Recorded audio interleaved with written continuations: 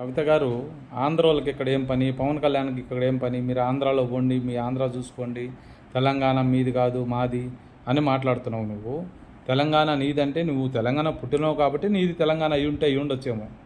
కానీ తెలంగాణలో ఆంధ్ర తెలంగాణ ప్రజలందరూ కలిసి హైదరాబాద్ అనే రాజధానిని డెవలప్ చేస్తే ఈరోజు మీరు ఎవడికో పుట్టిన బిడ్డకి మీరు మా బిడ్డ అని చెప్పి కులుపుతున్నారు.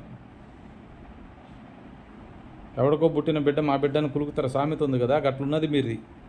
అందరు కలిసి డెవలప్ చేసి దాన్ని ఒక దారికి తీసుకొచ్చి పెడితే ఈరోజు దాని మీద కూర్చొని మీరు కులుకుతూ గట్లా మాట్లాడతారా? మరి ఆంధ్ర వాళ్ళకి తెలంగాణలో ఏం పని అంటే మరి మీ అయ్యకి ఏం పని? భారతదేశంలో ఉన్న రాష్ట్రాలన్నీ తిరిగిండు, బెంగాల్ తిరిగిండు, తమిళనాడు, కర్ణాటక, మహారాష్ట్ర అన్నీ తిరిగి వచ్చిండు కదా. నేను ఒక జాతీయ పార్టీ పెడతా, నేను రాజ్యాంగాన్నే మార్చేస్తా, నేను పెద్ద పోటుగాడిని, 2 సార్లు గెలవగానే తల కొవ్వుకెక్కి తెలంగాణ ప్రజలను మోసం చేసి లక్షల కోట్లు దోసుకొని లిక్కర్ స్కాములో ఈ ప్రపంచంలో మన ఆంధ్రాలో కానీ తెలంగాణలో కానీ ఇంతవరకు తిహార్ జైలుకి పోయినోడు లేడు. నువ్వు కూడా మాట్లాడితే ఎట్లా పవన్ కళ్యాణ్ గారి గురించి? ఏదో మన రాష్ట్రంలో జైలుకు పోయినావంటే ఒక అర్థం ఉంది.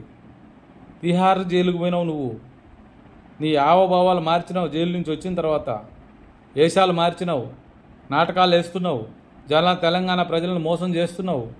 నువ్వు తెలంగాణలో కనీసం నువ్వు గెలిచినావంటే రేపు 29 ఎలక్షన్లో, మీ ఎలక్షన్లు ఎప్పుడో వస్తాయి కదా తెలంగాణలో, వచ్చినప్పుడు కనీసం నువ్వు ఒక్క సీటు గెలువు, నీ ఒక్క సీటు గెలువు చాలు. నీకు ఎక్కడ పెట్టుకుంటావు తల? నువ్వు కనీసం 10 సీట్లు గెలుచుకోగలవా నీ పార్టీకి? నీకు